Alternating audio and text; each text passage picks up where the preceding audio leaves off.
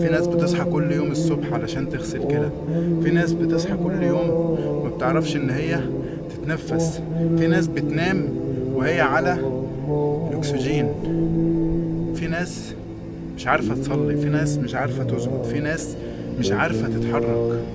فاحمد ربنا على النعم اللي انت فيها. احمد ربنا على نعمة الصحة، على نعمة ان انت عندك بيت وعندك اكل وعندك شرب.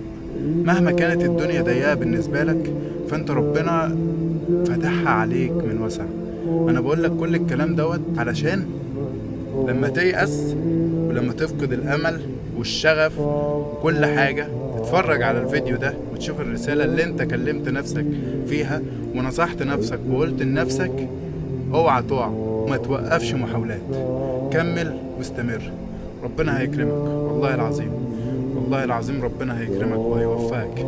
انت بس عليك ان انت تسعى.